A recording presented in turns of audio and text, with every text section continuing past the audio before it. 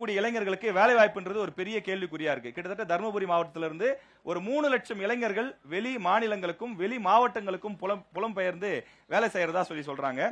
ஆனா தருமபுரி மாவட்டத்திற்கு ஷிப்காட் கொண்டு வர வேண்டும் அப்படிங்கிறது கிட்டத்தட்ட ஒரு 20 ஆண்டு கால கோரிக்கை.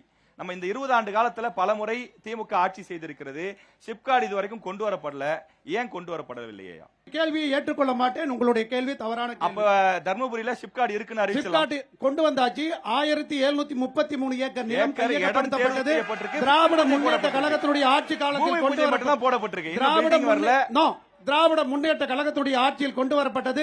அதற்கு பின்பு வந்த ஆட்சியாளர்கள் அந்த திட்டம் கைவிடப்பட்டது, கிடப்பிலை போடப்பட்டது.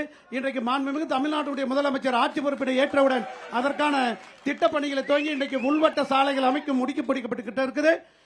அடுத்தபடியாக வெளிச்சுவர்கள் எல்லாம் முடிக்கப்பட்டிருக்கிறது. அதற்குண்டான பிரதான சாலைகள் எல்லாம் போடப்பட்டிருக்கிறது. சிப்காட்டிற்கான நிர்வாக அலுவலகம் கட்டி முடிக்கப்பட்டிருக்கிறது. மிக விரைவில் அது மக்களுடைய பயன்பாட்டிற்கு வரும் என்பதை சிப்காட்டுக்கு 3 முறை பூமி பூஜை போட்டதா சொல்றாங்க. அப்படி யார் போட்டாலும் நாங்க ஒரு முறை தான் போட்டோம். இதுக்கு முன்ன போட்டது எங்களுக்கு தெரியாது.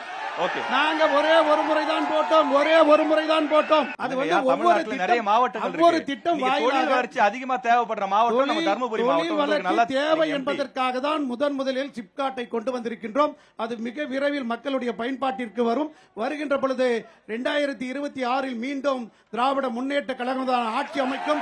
அந்த ஆட்சியில் திட்டங்கள் மக்களுக்கு தேவையான அனைத்து அடிப்படை திட்டங்கள் உள்ளிட்ட அதாவது அந்த சிப்காட்டும் தொடர்ந்து வளர்ச்சி பெறும். எங்கள் மாவட்ட மக்கள் வெளி மாநிலங்களுக்கோ வெளி மாவட்டத்திற்கு செல்லக்கூடிய அவல நிலை இருக்காது என்பதை நான் உங்களின் வாயிலாக தெரிவித்தேன். 2 தப்பான தகவல் நாடாளுமன்ற உறுப்பினர் சொல்லியிருக்கின்றார். அது கருத்து பரிமாற்றம் சொல்லுங்க வேகமாக பதில். ஒன்று, சிப்காட் தொழிற்சாலை ஆரம்பிக்கல 10 ஆண்டு காலம் கடப்புல போட்டாங்கன்னு சொல்றாங்க. அந்த சிப்காட் இதே புரட்சி தலைவி அம்மா அவர்கள் 2011 ஆட்சி பொறுப்பேற்ற பிறகு 1733 ஏக்கர் அல்ல 1783 ஏக்கர், அதில் 1233 ஏக்கர் அரசு நிலம், 550 ஏக்கர் பட்டா நிலம். அந்த 550 ஏக்கர் பட்டா நிலத்தை கையகப்படுத்துவதற்கு காலதாமதமானது. ஆகவே மாண்புமிகு தமிழ்நாடு முதலமைச்சராக இருந்த அண்ணன் எடப்பாடியாரிடம் அந்த கேஸுக்கு போயிட்டு நிறைய காலதாமதமாகுது. 1200 ஏக்கரா கையகப்படுத்தப்பட்டிருக்கிறது.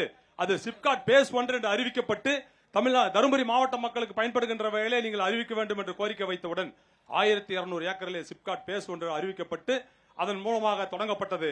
இந்த 5 ஆண்டு காலத்தில் நினைத்திருந்தால் அந்த இடத்திலே தொழிற்சாலைகள் கொண்டு வந்திருக்கலாம். இவர்கள் 5 ஆண்டு காலமும் தாழ்த்தி விட்டார்கள். ஒன்று. இன்னொன்று, பாலக்கோடிலே 20 கோடியிலே அன்றைக்கு அங்க சேமிப்பு கிடங்கு கட்டப்பட்டிருக்கிறது. ஏசி சேமிப்பு கிடங்கு சொன்னார். அண்ணன் எடப்பாடியாருடைய ஆட்சி காலத்திலே 20 கோடி ஒதுக்கப்பட்டு கட்டுமான பணி கட்டி முடிக்கப்பட்டு இன்று வரை மக்கள் பயன்பாட்டிலே கொடுக்கவில்லை. மக்கள் பயன்பாட்டுக்கே வராத திட்டம் அது. இப்ப நீங்க சிப்காட் பத்தி பேசும்போது சொல்றீங்க, 5 ஆண்டுகளா இவங்க இருந்தாங்க, எதுவும் கொண்டு வரலன்னு சொல்றாங்க. அதே 5 முறை தர்மபுரியில நீங்க சட்டமன்ற உறுப்பினரா இருந்திருக்கீங்க. இதுல 2 முறை அமைச்சரா இருந்திருக்கீங்க. 2 வெவ்வேறு துறைகளுக்கு அமைச்சரா இருந்திருக்கீங்க. ஒரு அமைச்சரா இருந்து நீங்க சில கல்லூரிகள் கொண்டு வந்திருக்கீங்க, நாங்க கேள்விப்பட்டோம். வாழ்த்துக்கள், நல்ல விஷயம். அது ஏன் சிப்காட் கொண்டு வரதுக்கு நீங்க பண்ணல? அப்ப படிக்கிறதுக்கு காலேஜ் கொண்டு வரீங்க, படிச்சு முடிச்ச வேலைக்கு எங்க போவான்? அதுதான் 2011 அம்மா அவர்கள் கொண்டு வரப்பட்டது. 2011 கொண்டு வரப்பட்டது 550 ஏக்கர் பட்டா நிலம். நான் தெளிவா சொல்றேன். அதுக்கு அப்புறம் 10 வருஷம் இருக்கு. 2011 இருந்து 21 வரைக்கும் 10 வருஷம். அது நீதிமன்றத்துக்கு சென்று அந்த பட்டா நிலத்துக்காரர் வந்து கையகப்படுத்துவதற்கு கடைசியில் கூட பாத்தீங்கன்னா, கடைசி ஆட்சி மாற்றம் வருகின்ற பொழுது முன்னால் கூட உள்ளார நுழையக்கூடிய இடத்துல இருக்கிறவங்க ஒற்று வரவில்லை. சேலம் 8 வழி சாலை இருக்குங்கய்யா, அதுக்கும் தான் மக்கள் ஒத்துக்கல. ஆனா அதை கரெக்டா கொண்டு வந்தோம்ல. சேலம் 8 வழி சாலையில வந்து அன்னைக்கு எதிர்ப்பு தெரிவித்தது யார்? விவசாயிகள் தான். விவசாயிகள் கொண்டு வர முடியல. கொண்டு வர முடியல. இப்ப அதே மாதிரிதான் சிப்காட்டுக்கு நிலம் எடுக்கிறதுல எதிர்ப்பு இருந்தாலும் அதை தாண்டி கொண்டு வந்தீங்கன்னா நீங்க மக்கள் கொண்டாடி இருப்பாங்கல்ல. இப்ப உங்களை பத்தி ஒவ்வொரு தனிநபரும் நீதிமன்றத்தில் வழக்கு தொடுத்து விட்டார்கள். ஒவ்வொரு தனிநபரும் நீதிமன்றத்தில் வழக்கு தொடுத்த காரணத்தினால் அந்த நீதிமன்ற வழக்கில் இருந்து அந்த இடத்தை எடுப்பதற்கு கையகப்படுத்துவதற்கு காலதாமதமாகிவிட்டது. அதனாலதான் சிப்காட் பேஸ் 1 ஆரம்பிச்சது அண்ணன் எடப்பாடியார் அவர்கள் தான்.